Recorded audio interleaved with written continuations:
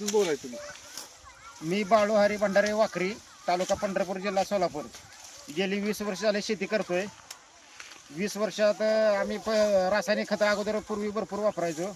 Average निघायचं 70-75-80 जास्तीत जास्त. पण नंतर माझे मित्र परमेश्वर दुधाळ यांची माझी भेट झाली. नेटसर्पची औषधं कशी चांगले त्यांनी मला सांगितलं. मग नंतर मी नेटसर्पचा वापर चालू केला. मग पहिल्या वर्षी मी 17 गुंठ्यामध्ये 50 टन ऊस काढला पहिल्या वर्षी, नेटसर्प औषधं वापरून, शेड्यूल सगळं वापरून. आणि दुसऱ्या वर्षी आता माझा 1.5 एकराचा हा प्लॉट आहे. त्या प्लॉटला दुधाळ साहेबांमार्फत सगळं मार्गदर्शन चालू आहे. ड्रेचिंग वगैरे, फवारे, ड्रिपमधून औषधं त्यांच्या म्हणण्याप्रमाणे चालू आहे. आता तोड चालू आहे माझ्या ऊसामध्ये. आता साधारण 18 गुंठ ऊस रान तुटलंय, 50 टन गेलाय, 23 टनाची एक खेप गेली, 27 टनाची एक खेप गेली.